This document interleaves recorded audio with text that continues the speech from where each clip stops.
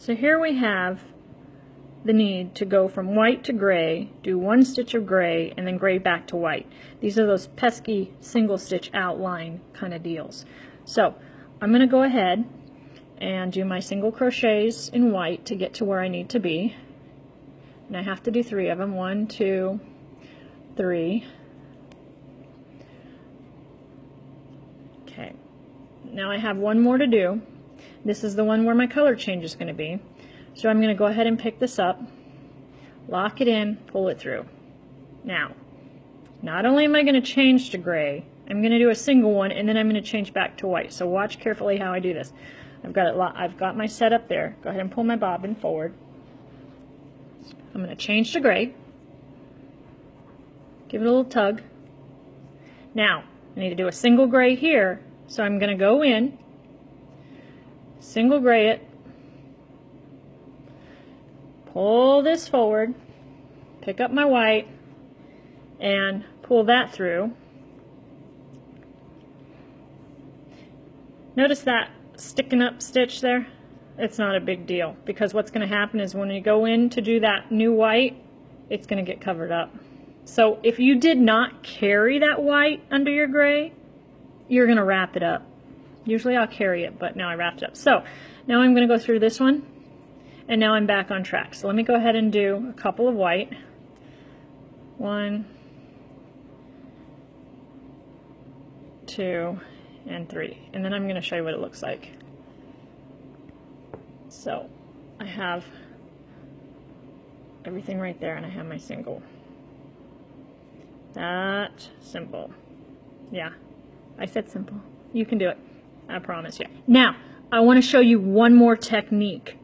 I literally changed to 2 whites, but I'm going to take this apart and I'm going to do something a little different. Instead of doing 2 whites, I'm going to get rid of this white and I'm just going to continue it, because what's going to happen is when I come back this way, I'm going to have a straight path of white. There's going to be no color changes in here. So let me go ahead and reload here. Okay. So once again, this needs to be white. It's white. This one needs to be white. I'm going to go in there, lock in my stitch, pull it over. I'm going to keep my bobbin now, not getting rid of this. What I'm going to do is I'm going to pull it forward. I'm going to pull it forward underneath the gray. Okay, pull it forward. So when I pull this through and I lock it, I'm going to actually go ahead and stitch over that one single white. And I'm going to do my gray just like that. And now I'm going to pull this forward, get it out of my way, and I'm going to re-pick up the white that I just dropped and pull that through. Now this is pretty good to do when you're only dealing with 2 colors. If you have 3 colors, you're going to have 3 bobbins. So now I still have to deal with this. I'm going to go ahead and do 1 single crochet here. Now when I do the single crochet here, I'm going to go ahead and put this one over and lock it in. Okay, so I would go ahead and take this one and I would crochet it over at least 7 spots. So there's 2, there's 3, there's 4, there's 5, 6, I'm about to run out of camera space, and 7. And then I'm going to go ahead and I take scissors and I would just snip it right there and then stretch it out. But look, it's still the same.